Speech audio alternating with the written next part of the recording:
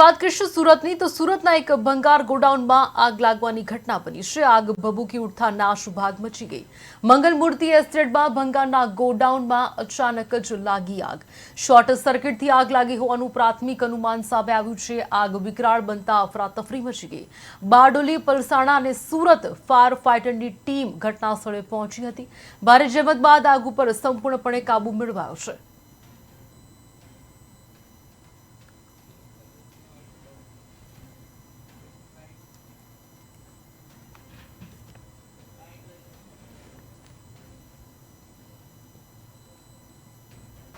जी आरा Soni station fire officer Bardoli.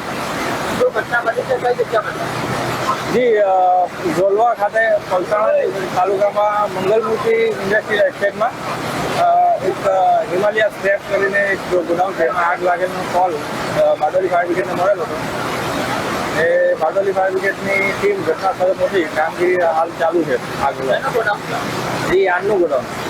આગ કેટલા વાગે લાગી હતી, કેટલા વાગે બનાવી?